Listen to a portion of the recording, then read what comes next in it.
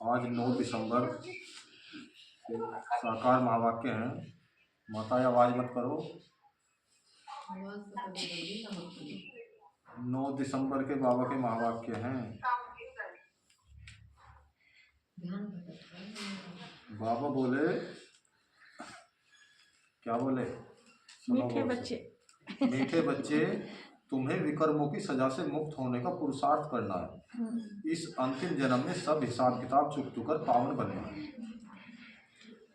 बाबा बोले, मीठे बच्चे तुम्हें विकर्मों की सजा से मुक्त होने का पुरुषार्थ करना है। इस अंतिम जन्म में सब हिसाब किताब चुक कर क्या बनना है? पावन बनना है। पर्सन है आज का धोखेबाज माया। क्या नाम दिया बाबा ने माया को? धोखेबाज है वो तो। धोखेबाज माया कौन सी प्रतिज्ञा तोड़वाने की कोशिश करती है? धोखेबाज माया है। हाँ, वो तो जितनी भी हम प्रतिज्ञा करें कहीं ना कहीं मौका देखती है कौन सी आज प्रतिज्ञा तोड़वा। सारी प्रतिज्ञा तोड़वाने की माया तो सोचा है। सबसे पहले तो अमृत वेला मिस करवा दो, फिर मुरली मिस करवा दो, फिर मुरली मिस कराना है, और फिर अपना जो भी है दिन भर की दिनचर्या में जो बाबा कहते हैं हमें सबसे मेन चीज क्या क्या कहते हैं? देह सहित देह के सब संबंधों को भूल। सबसे पहले अपने आप को ही क्या है, हम हमारा असली स्वरूप क्या है, आत्मिक स्वरूप। देखो बाबा यही सब कुछ बता रहे हैं। ओम शांति बाबा। ओम शांति। चलो ये एक आत्मा और आ गई, बता दे तो एक बार आपको बैठ के जल्दी। बाबा बोले, मीठे बच्चे तुम्हें विकर्मों की सजा से मुक्त होने का पुरुषार्थ करना है। इस अंतिम जन्म में सब हिसाब किताब चुक कर पावन बनना है। और पर्सन है आज का धोखेबाज माया कौन सी प्रतिज्ञा तोड़वाने की कोशिश करती है? तो बहुत सारी है, लेकिन बाबा क्या कह रहे हैं? बाबा ने उत्तर दिया, तुमने प्रतिज्ञा की है। कौन सी मैन प्रतिज्ञा की है? कोई भी देहधारी से हम दिल नहीं लगाएंगे। आत्मा कहती है हम एक बाप को ही याद करेंगे, अपनी देह को भी याद नहीं करेंगे। बाप देह सहित सबका संन्यास कराते हैं, परंतु माया यही प्रतिज्ञा तोड़वाती है।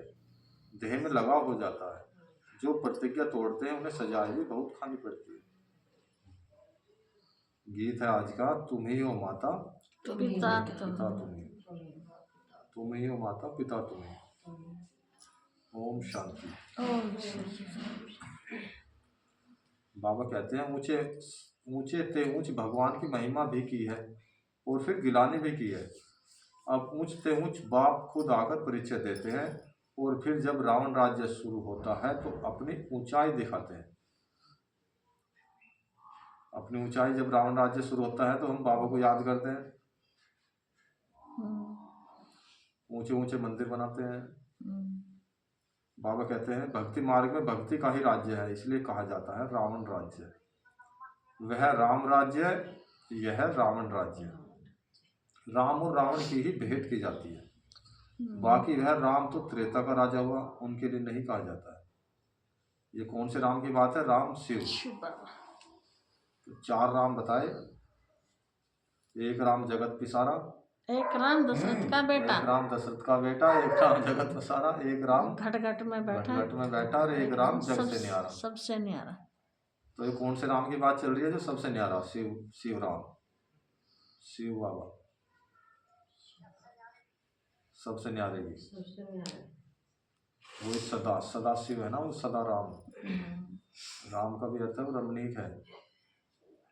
राम और शिव शब्द ऐसे हैं जिनका अर्थ है, शिव माने कल्याणकारी और राम माने रमणीक, वही शिव। एक राम त्रेता वाले हैं। तो बाबा कहते हैं बाकी वह त्रेता के जो राम थे, बाकी वह राम तो त्रेता का राजा हुआ, उनके लिए नहीं कहा जाता। रावण है आधा कल्प का राज्य, रावण है आधा कल्प का राजा।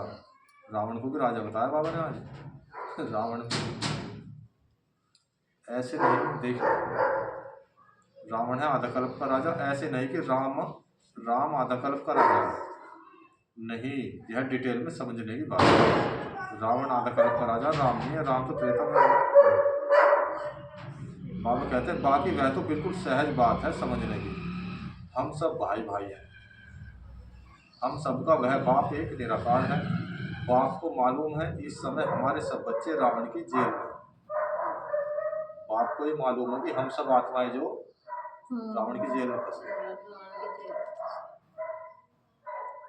तो तभी तो बाबा आए हमें छुड़ाने के लिए जेल से। बाप को मालूम है इस समय हमारे सब बच्चे रावण की जेल में हैं, काम चिता पर बैठ सब काले हो गए, यह बाप जानते हैं।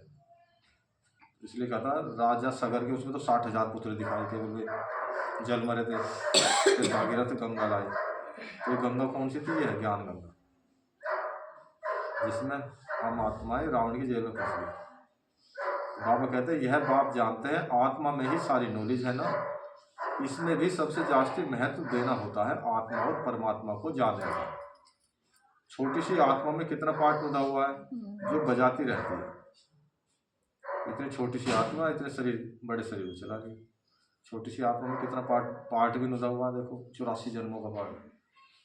बड़े अफसोस की बात है। तो बाबा कहते हैं देह अभिमान में आकर पाठ बजाते हैं तो स्वधर्म को भूल जाते हैं। अब बाप आकर आत्म अभिमानी बनाते हैं, क्योंकि आत्मा ही कहती है कि हम पावन थे। तो बाप कहते हैं मामिकम याद करो। आत्मा पुकारती है हे परम पिता, हे पतित पावन, हम आत्माएं पतित बन गए हैं, आकर हमें पावन बनाओ। संस्कार तो सब आत्मा में है ना। बाबा कहते हैं आत्मा साफ कहती है हम पतित बने हैं, तभी तो उसे पुकारा आरती गाई विषय विकार मिटाओ पाप हरो देवा। तो बाबा कहते हैं पतित मनुष्य पावन निर्विकारी देवताओं के आगे जाकर मंदिर में उनकी महिमा गाते हैं। बाप समझाते हैं बच्चे तुम ही पूज्य देवता थे। बाबा हमें समझा रहे जिनकी तुम मंदिरों में जाकर पूजा करते थे तुम ही तो थे, तुम्हारी तस्वीर ही रखी है। 84 जन्म लेते लेते नीचे जरूर उतर